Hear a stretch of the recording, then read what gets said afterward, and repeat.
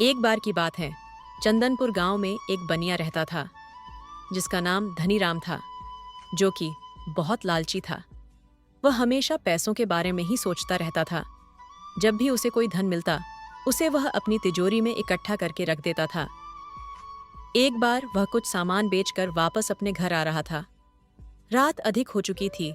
उसके पीछे कुछ कुत्ते पटडीडीएच गए, जिससे बचने के लिए वह तेजी से भागने लगा, जिसके कारण उसके पैसों को पोटली रास्ते में ही गिर गई। अगले दिन वह पैसों की पोटली को उस गांव के मुखिया के लड्डीडीचके को मिल गई, जिसे उसने अपने पिता को दे दिया। मुखिया बहुत ईमानदार तथा नेक इंसान था।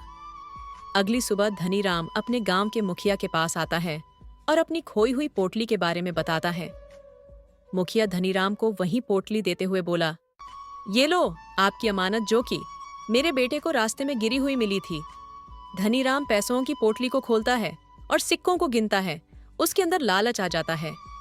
सिक्कों को गिनने के बाद बोलता है कि इस पोटली में 100 सिक्के थे, लेकिन अभी इसमें 50 सिक्के ही हैं।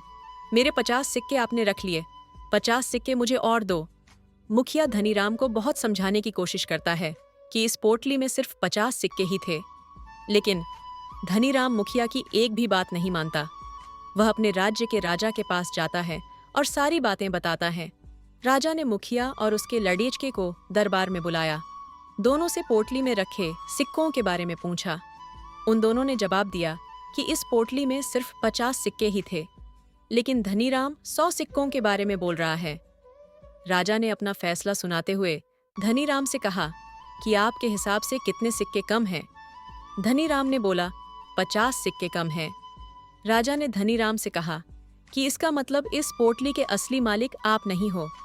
जब तक इसका असली मालिक नहीं मिल जाता, ये पोटली अभी इस लड़के के पास ही रहेगी। धनीराम जोर जोर से चिल्लाने लगा और बोलने लगा, ये थैली मेरी ही है जिसमें 50 ही सिक्के थे। लेकिन राजा ने धनीराम की एक न सुनी।